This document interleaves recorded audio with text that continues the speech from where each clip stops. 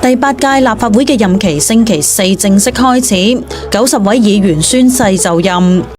朝早11點，行政長官李家超進入立法會。早晨，新年進步，新年進步。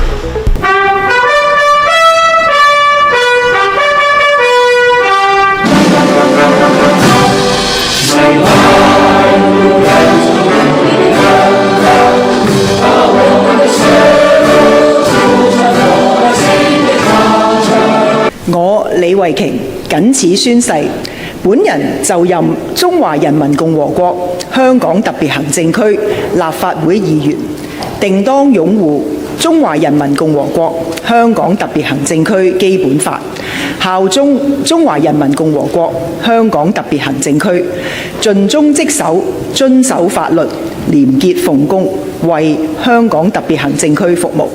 效忠中華人民共和國香港特別行政區，盡忠職守，遵守法律，